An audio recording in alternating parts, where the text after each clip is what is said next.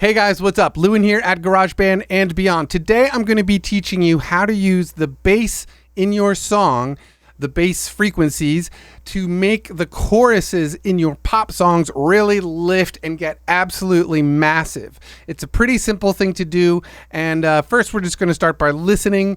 So let me just play you what I'm talking about, just so you know. This strip here, this is the chorus.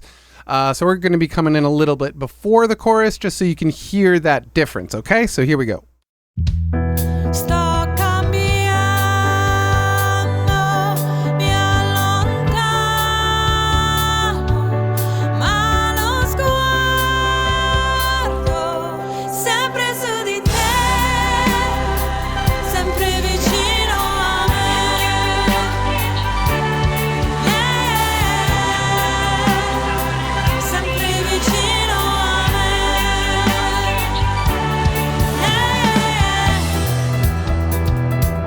All right, so hopefully you heard that on some sort of awesome system or headphones or something. But yeah, so that transition from that verse into that chorus and then back into that verse, that chorus absolutely positively lifts and gets massive. Now, the big trick to getting that massive sound was pretty simple. We're just using the edgy bass synth. Here, I'm using the big one. I didn't really manipulate it very much. Maybe I made it a little bit brighter, cut off the crossfade a little bit differently than this preset. But in general, it is just this edgy synth bass sound, okay? So that's the keyboard sound making that, okay? But before that, you heard my bass, just my regular GNL bass. Now, getting those two to, I wouldn't say blend, but getting it to transition from one to the other was definitely a big challenge. So one of the things that I had to do when I was using, when I was mixing the bass signal, let's just solo this, because this actually is a pretty good tone. I'm very happy with this bass tone.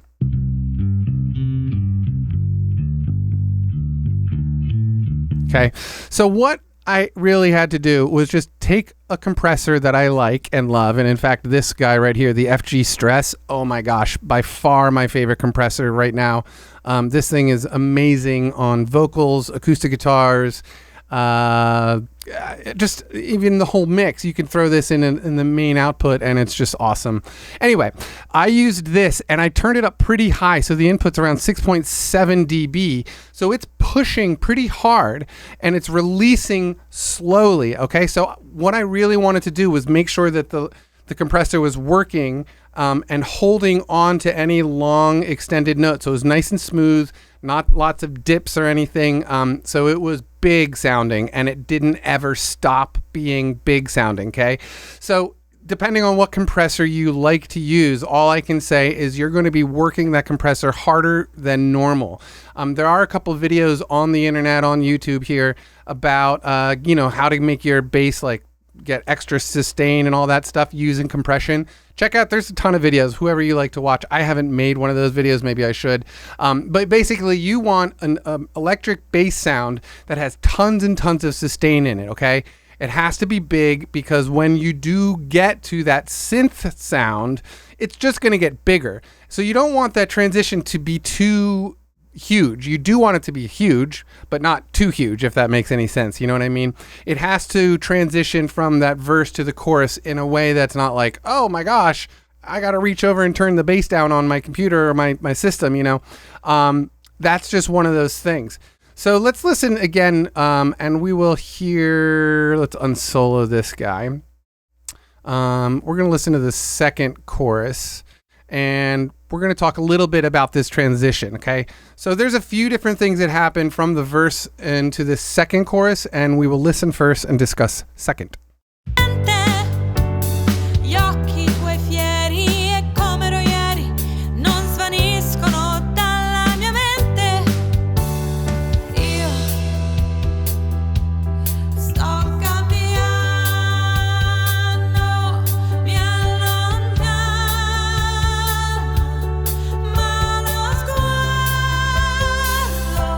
Sempre su di te, sempre vicino.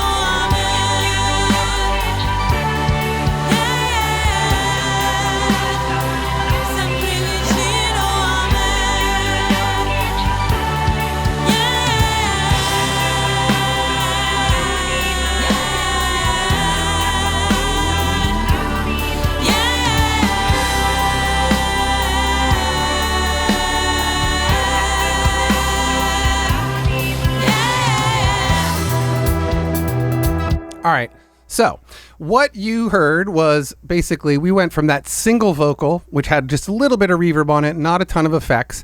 Then we get here to what I'm going to call the pre-chorus. Okay, so this is a slight dip in the dynamic before we go big again. In this case, I had two vocals running, two identical recordings, not copied and pasted. And one of them has a ton of reverb on it, and the other one has an effect on it. The Little Altar Boy by Sound Toys. Love this thing. It's just a fun... Oh, actually, it's on a different vocal, though. It's on this one. It's on this top one right here.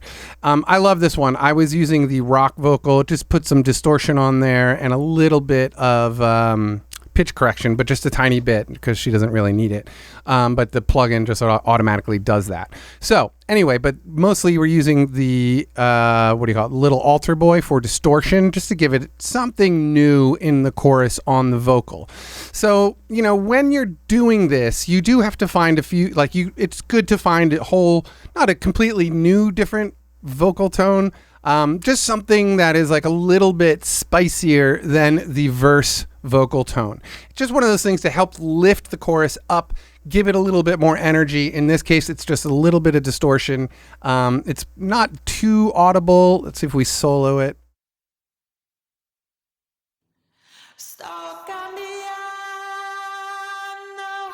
If you solo it, you can hear it. But in the mix, you don't really hear it. But what you do hear is just that little, just the finest edge of that distortion suddenly becomes a whole new color in the chorus. And in fact, I'm still mixing this. So I might even wait to bring it in like right at the head of the chorus instead of in somewhere in the pre-chorus, just to help, again, boom, give it a whole new lift. Okay, so keep listening.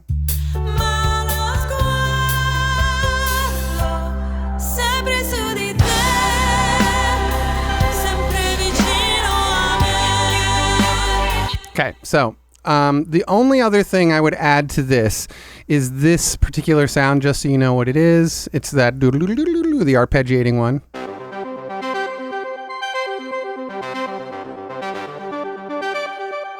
And it is the smooth analog lead, and I have classic cycle on with the arpeggiator turned on, obviously, and I'm using the bright brass.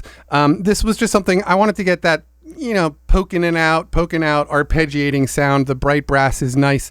It sort of does have a horn sound to it. Again, all together in the mix, just so you know.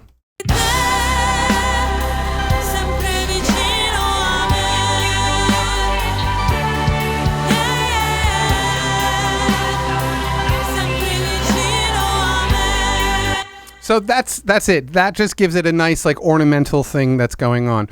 But essentially what I had talked about at the top, which is just using the bass sound. You don't necessarily have to do all the vocal tricks in this arpeggiating thing. It depends on the song, really. Obviously, it will depend on the song. But just using the bass to make your choruses pop out is something that a lot of artists do. A lot of engineers do it. And I don't see a lot of people talking about it here on internet's world, but what I do see, most people talk about get your huge chorus using vocals or keyboard sounds and stuff, but this bass sound trick is by far one of my favorite because it's the foundation. It's the foundation of the whole song is the rhythm section, that bass and the drums. So getting that to have a whole new tone in the chorus, just a really simple trick that I thought you guys would like to experiment with. If you're out there having a hard time, why isn't my chorus just exploding? Maybe this is what you need to try. So you guys, I hope you enjoyed today's video. I'm going to be doing more videos always, so please hang out, subscribe, hit that notification button so you know when the new videos come out. I genuinely do appreciate you guys hitting that subscribe button and all that stuff. It's a really big deal to us small-time YouTubers like me. And I do have a Patreon page if you'd like to support the channel because of the content that I make and I continue to make. I love the interaction over there on Patreon and on Facebook and all that. So please find my Patreon page and please help me because the ad thing on YouTube is terrible right now. They've changed the policy and we're all making a lot less money off of ad revenue than we did in the past. And so Patreon is becoming the backbone for our income. and thank God for Jack Conti and his team of people down there who created Patreon for us, because without it, we would be like, oh, now what am I going to do? So anyway, patreon.com/GarageBandandBeyond. You guys have a great day. I'll see you next week. Peace.